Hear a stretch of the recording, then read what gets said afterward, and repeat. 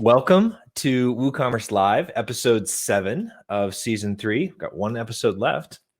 I'm Jonathan Wold, and I lead community initiatives here at WooCommerce. And with me is my co-host, as always, Noëlle Steegs. She's a WooCommerce developer and a volunteer here in the WooCommerce community. And today we're going to be talking about e-commerce emails. We're going to be working to offer you guidance on how to think about working with email with your e-commerce business. And we have a special guest who's going to be joining us in a few minutes, which I'm quite excited about. And after the episode, as always, we'll open it up for questions, and we'll look forward to those. So let's get started. Noëlle, what are some of the wins that we've had in the WooCommerce community this past week? Yeah, there are a couple of ones that I want to share. The first one was by Faza, and she asked, how much revenue is your WooCommerce store now generating per day, week, month, or per year? I think most people answer per month, but it was just an awesome thing to see, like what a diverse community. Of course we already knew, but to have that confirmed, like once again, because this is anywhere between, like pocket money, making something on the side, to 25,000 a month and up.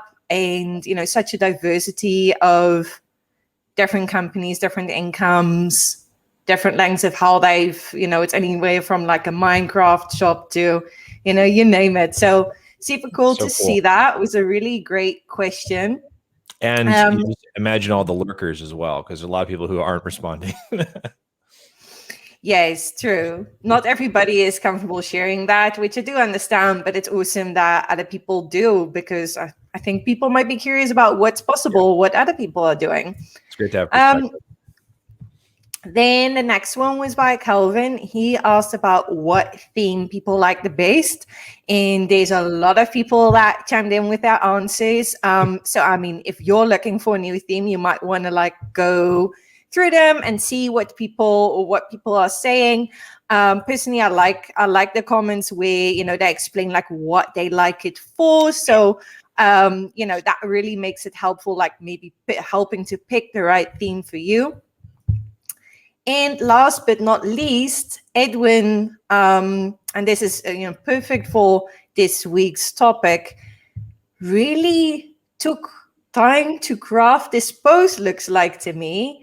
And he is sharing about welcome email sequences. Wow, yeah. And just look at this. It's like half a book, Yeah, really amazing that somebody takes this much time into sharing this. That's really amazing. And actually, I think not a lot of people saw this for some reason. Might have been timing. So, we'll make sure to include the link so you can have a look at it, because this is just awesome. I feel like the Facebook group in general is a little bit of mining for treasure sometimes, because there's so much activity. It can be easy to miss things, but that's a great example. So awesome. Over on the Meetup side of things, there's new meetups happening all the time. One of the ones that I wanted to highlight is the Los Angeles WooCommerce Meetup, which is also virtual and starting up again soon.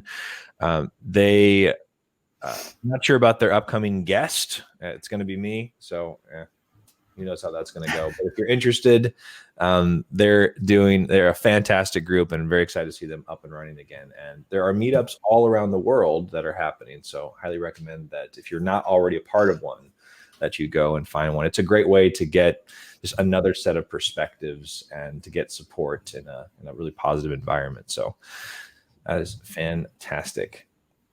Awesome. So let's jump into today's topic. We're going to be talking about email, of course. Emails are everywhere. And in my experience, they're one of those things that are kind of easy to overlook, just to kind of take for granted. It's email, where there's actually a lot of opportunity for impact with email, to impact customer experience, to impact revenue. But before we get into it further, though, I want to introduce our guest. Laura, welcome. Hello. Hi, thanks for having me. It's great to have you. Hey, Laura. Laura Nelson is our guest. She's from the WooCommerce marketing team. And before joining WooCommerce, Laura worked at MailPoet, which is one of the most popular email marketing plugins for WordPress. I'm a big fan. I've been using it for years. And at MailPoet, she was focused on helping users make the most of their email marketing campaigns. So Laura, thank you for joining us. No problem. So let's set up today's topic.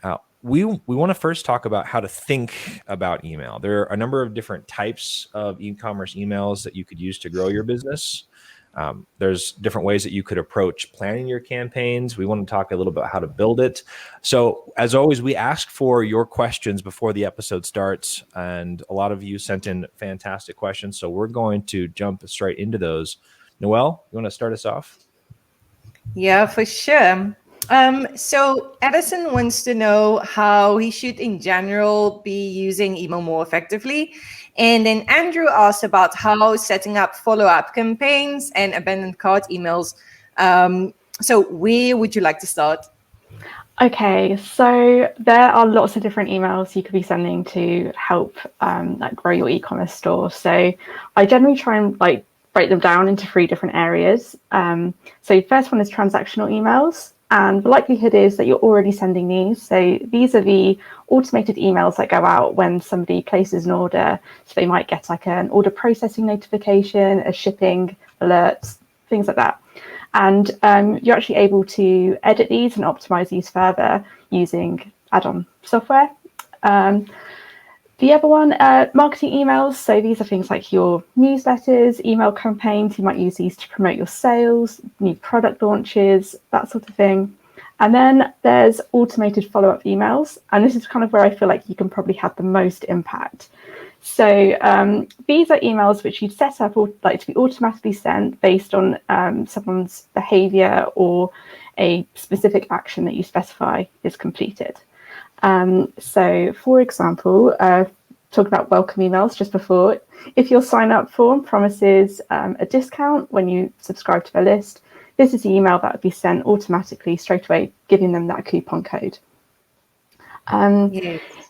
Yeah, there's lots of potential there. And you can also do things like a series of emails of those as well. And also you can do things like when abandoned cart emails, when somebody adds a product to their shopping cart, but for whatever reason doesn't complete the purchase. And you can also create a variety of emails based on when someone buys a specific product or from a specific category. And you can really start to add value to their experience that they have with your store. Yeah, I mean, let's talk a little bit more about how people can use follow-up emails. I mean, one of my favorites is asking people for reviews because, I mean, reviews, they're just gold. I mean, there's such an awesome trust signal, and, Google sees it as a user-generated content, as fresh content, which is great as well. What do you think about those? Definitely, yeah. This is a perfect example of a follow-up email that you could set to be sent automatically when somebody buys a product. Obviously, you want to get the timing right, so it's not straight away. They need to have a chance to have used your product or service. But yeah, and there's also other ways you can use these emails really effectively as well. So obviously, the obvious one being promoting other products to cross-sell or upsell. But there's some nice creative ways as well. So if you could maybe send some helpful information. I recently bought a new pot plant. Actually, you can see it behind me. And upon receiving it, I then received a drip campaign of emails telling me how to best look after it. And that just really showed some really nice customer service. I felt valued as a customer, and it also made me want to purchase from them more. I was like, oh, they care about me. This is, they want my plant to live. That's fantastic. When we were preparing for this episode, you brought up the importance of planning, which is, something that oh yeah, that's a good point. It's something that's worth talking about further. So Gabriella asked how often you should send emails out. I think it's a great example of a question. Would you talk us through a bit how you think about things like that? Frequency, why does planning sort of generally matter? How do you approach and guide people in the planning process? Yeah, so I generally don't like advising how often people should send emails out, because it totally depends on your audience and your customers, and you shouldn't just be emailing for the sake of it, basically. So that's where planning comes in. So from the outset, you want to have a really clear idea of why you are using email marketing, and what your goals are. So, I mean, for e-commerce, it's probably going to be like to sell more, right? But you need to also make sure you're adding value to your customers and the people who are reading your emails. So you need to match up how you can add enough value to them for them to want to be like, oh yeah, actually, I want to buy from you again. And you need to establish this from the outset. Otherwise, your emails are probably going to lack focus. Your timing might be off. Your messaging could be wrong. And then I'd say you're also going to, like, especially in terms of timing, this also comes down to your resources and schedule. Don't set out to send an email every week if you can't manage writing an email every week. They do take time, more time than you probably expect, actually. I have spent hours crafting a newsletter, and you know it requires that attention because they can be so powerful. So yeah, I would definitely like kind of assess what you can manage to do, and there's no problem with starting small. You can always build up in the future, but just make sure that you're delivering what you're promising. And not, you know, if someone signs up for a weekly email, don't suddenly start sending them daily, because it's just going to like end badly. Or monthly if you can't keep up. Yeah, exactly. Yeah, it's all about setting the expectation and then keeping your word, right? So that people know, like, And the clearer you are with like what you're setting out to do, the clearer your like subscribers will be, and that just helps form a longer lasting relationship. Love that. Yeah, that's awesome. Thanks for that, Laura. I know that most people think about how to grow their list when they think about email marketing. So how do you think about growth, and what recommendations do you have for people?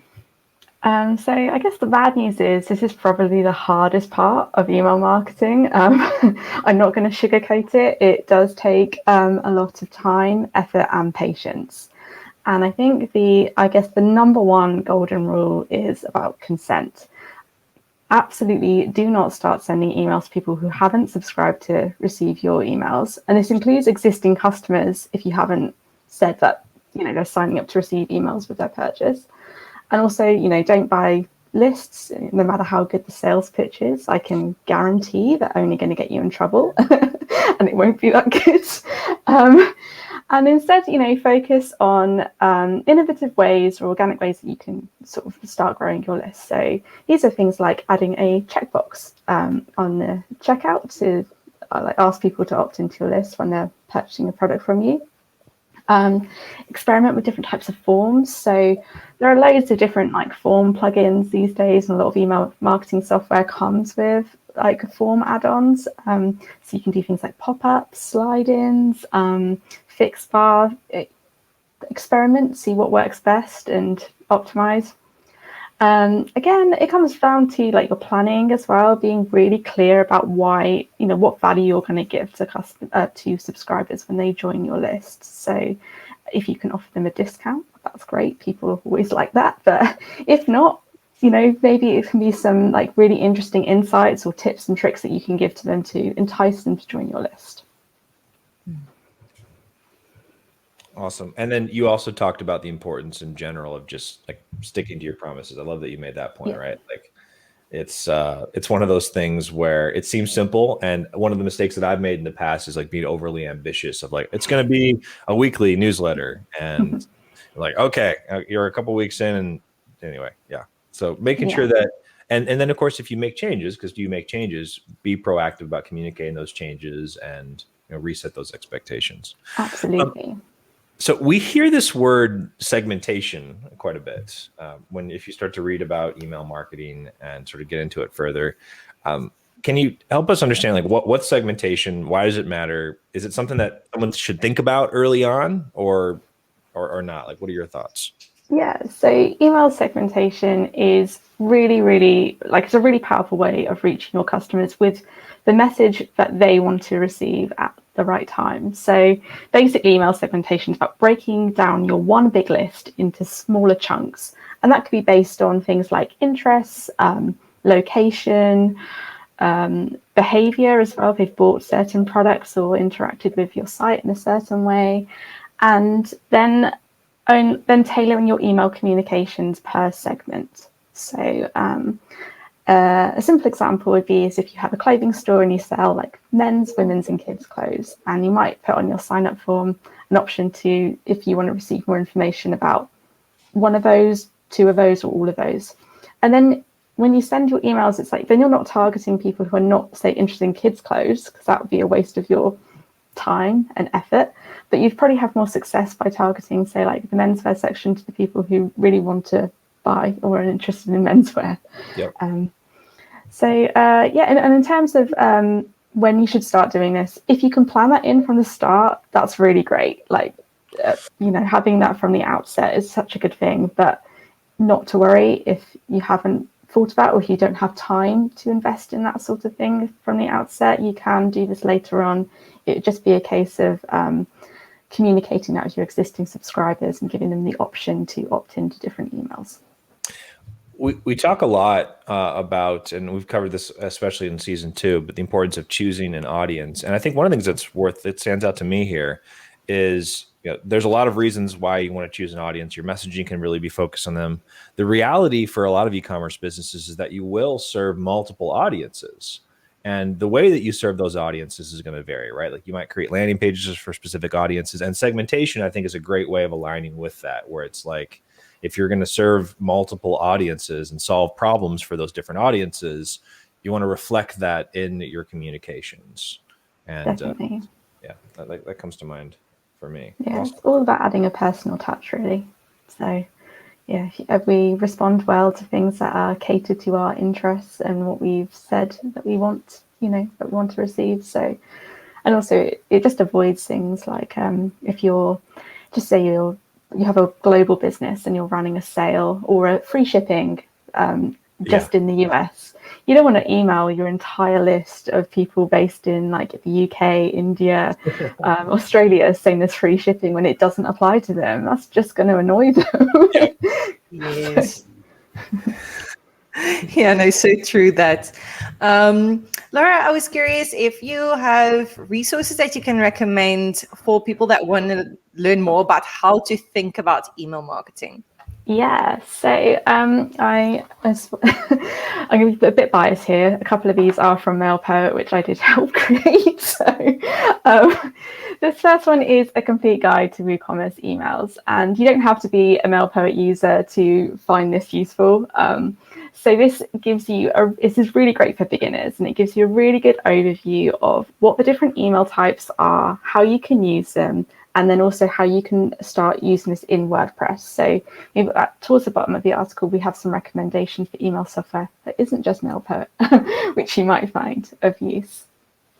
Wow, this is yeah, it's quite a long post. I'd grab a cup of tea and get comfy, but by the end of it, you should have like a really clear idea of how to approach your email marketing strategy, especially if you're like just starting out. That's amazing. What else you got? So the next one, I get another MailPoet one. This is if you're a bit more, I'd say it's kind of aimed at more of an advanced audience and you really, really want to start using those follow-up emails effectively.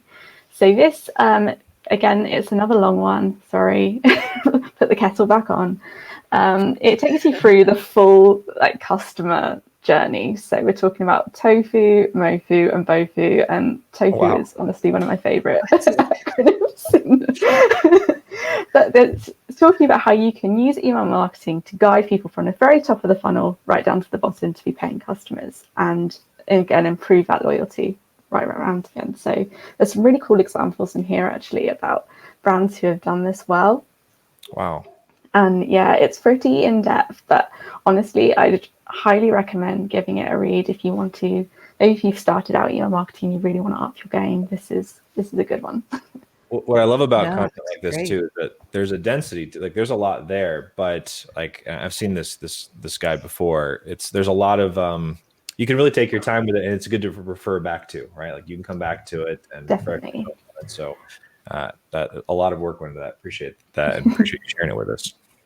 Cool. And then I've got a couple of other ones as well. So if like me, I like seeing what other brands are doing for inspiration. and to see what works as well. So one of these sites is really good emails, which is pretty self-explanatory. So here it has a really wide variety of different emails that different brands are sending. They're not just e-commerce related. So if you want some inspiration for your regular newsletter, it's a good place to go to. And you can just see what other people are sending. And it honestly, when I first started getting into writing educational content for email marketing, I found myself signing up to loads of different lists. I had to create a whole new email account, and then I discovered, someone else has done this for me, and I don't have to do this anymore. That's a great way to think about it. You're just looking at what other people are doing, and don't just copy it as it is. Think about it's not always a good practice, but think about it, and you can. Yeah, of course. Yeah, what works for one brand isn't necessarily going to work for you. But it's quite nice to, especially with design and stuff, it's quite nice to see how brands are experimenting with that. And then, just get some ideas flowing. Exactly, yeah, because starting is the hardest part, and often just seeing a few examples can really help get the creative juices flowing.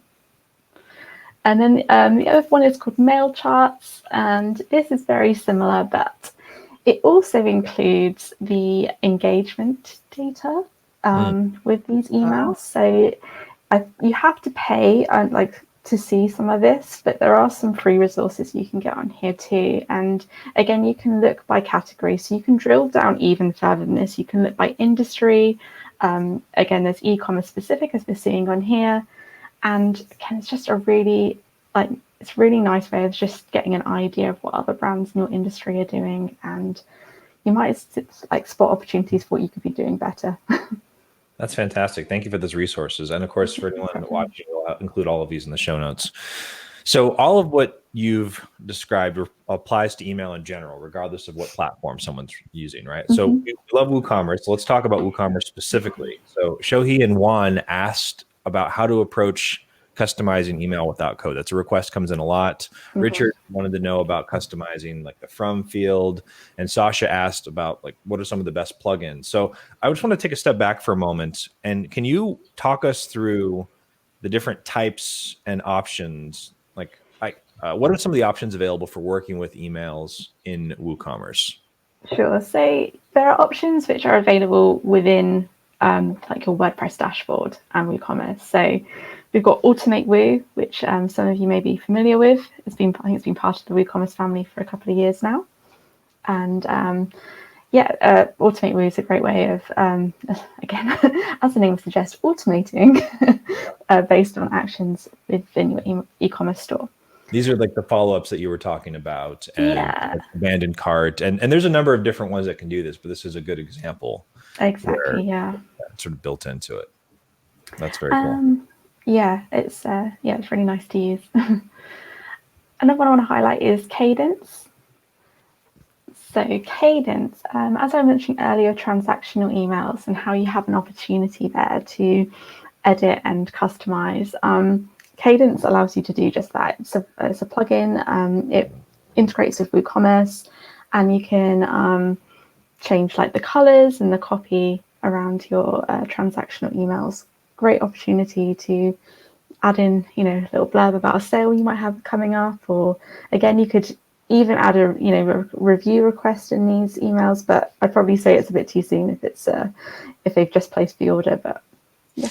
And I just wanted to make a point there too, WooCommerce, and this is both it can be a source of frustration, and also it's a big plus.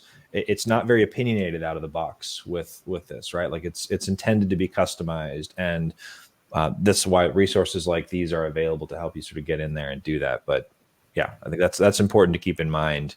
It's a double-edged sword, but you have so much, you can really customize something to nicely match your brand sort of look and feel and make it what you want it to be, which that's a big benefit of using Woo. Definitely. It helps increase brand loyalty and your brand awareness.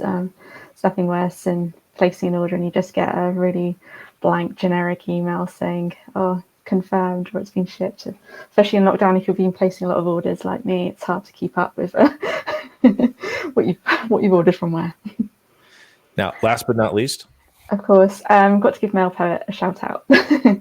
So MailPoet is more of an all-in-one solution here. So it lives within your WordPress dashboard still, but it allows you to send newsletters. You can customize those transactional emails that we were talking about before. It hooks up to WooCommerce, so you can do those sort of WooCommerce specific actions like abandoned cart, follow-up emails. I mean, I'm obviously a bit biased here, but I think it's really easy to use and works really, really well. Yeah, and for those who don't know, so we recently acquired MailPoet over at WooCommerce, but I've been using MailPoet for years, and it's been fantastic to watch and see how it's evolved, and it's all right there within the admin. And I think that's just a great example. So you talked to us about integrated options, right? Like these are the ones that are built into WooCommerce. What are some of the what are some of the other options outside of Woo? There's a lot of other services. Yeah, so I think probably the most popular one of these is Mailchimp. So this is when you'd be managing your campaigns and the sending of them outside of WordPress. So you'd have to have it in another window. But you can still integrate via like the plugins that are built specifically for Mailchimp. And yes, so Mailchimp is a great email marketing solution. You can again send your sort of more standard email campaigns like newsletters, and you can also hook it up to WooCommerce to send more e-commerce specific ones too. Awesome. And we'll drop a link to this. You can Mailchimp. They've done a great job of integrating with WooCommerce and got a lot of options right within their control panels. Awesome. What else? ActiveCampaign. So ActiveCampaign is another popular.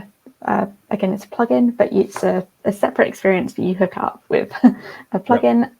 And it's really good for more personalization. So that segmentation that we were talking about earlier, this allows you to get pretty deep into segmentation if that's something that would benefit your business and you're interested in doing. Yeah, they really get into that. You can set up a lot of sequences and then if you like a workflow, this is for you. And the other one that comes up quite a bit is HubSpot. Anything to add on that? Yeah, so HubSpot is a slightly, I'd call it a slightly different experience, really. So it's marketing software within itself. So it does a lot more than just email. And if you're using HubSpot, it's likely that you'd be using it for your CRM. And also you can manage social campaigns and create landing pages and stuff with it. But it's also got email functionality, and it hooks up directly to WooCommerce via a plugin. And again, it enables you to manage those e-commerce related email campaigns. And what I love about both Mailchimp and HubSpot in particular is that they have active partnerships with the WooCommerce team. So they're spending time making sure that they are listening to feedback, making updates to the plugins. Yeah. So that's great to see. We love to see that. Definitely. Awesome. So we've covered a lot. So the things that stand out to me, so we talked about the different types of emails. We talked about transactional marketing emails, the automated follow-ups. There's a lot of opportunity that you called out for us, in setting up automations that really provide more value. And we talked about the approach to planning, right? It's important to start with clear goals. What are you trying to accomplish? And for us, what really stands out is we want to always be focused on solving problems for your audience, delivering value for them in the sequences that you're creating. We also talked about how to build the list, the importance of consent, making sure that you're not just sending to folks who aren't expecting you to. There's a number of reasons to not do that, and the importance of delivering on your promises. Anything else that you'd add? I'd say that when you're set up, pay attention to your analytics. That's what's going to really help you be successful. You might not get it right first time, and that's totally okay, but make sure you're keeping an eye on your opens and your clicks and your unsubscribes, and make sure you're making changes and updates to try and improve those always. You'll never get e-marketing right first time. Even when you're doing it for years, you still constantly have to iterate on what you're doing, and just expect that to be part of the process and embrace it. I love it. Perfect. Well, Laura, thank you so much for joining us this time. Thank you for everyone who's watching. Thank you, as always, Noëlle and Anna behind the scenes. So in the next episode, which is going to be our finale for this season, we're going to be talking about payments. I'm very excited about that. We've got another guest joining us. And if you're not already, you can sign up to join our meetup to get notified when these happens. And you can RSVP for that one now. So that is a wrap for this episode, and we're going to now head over to Q&A.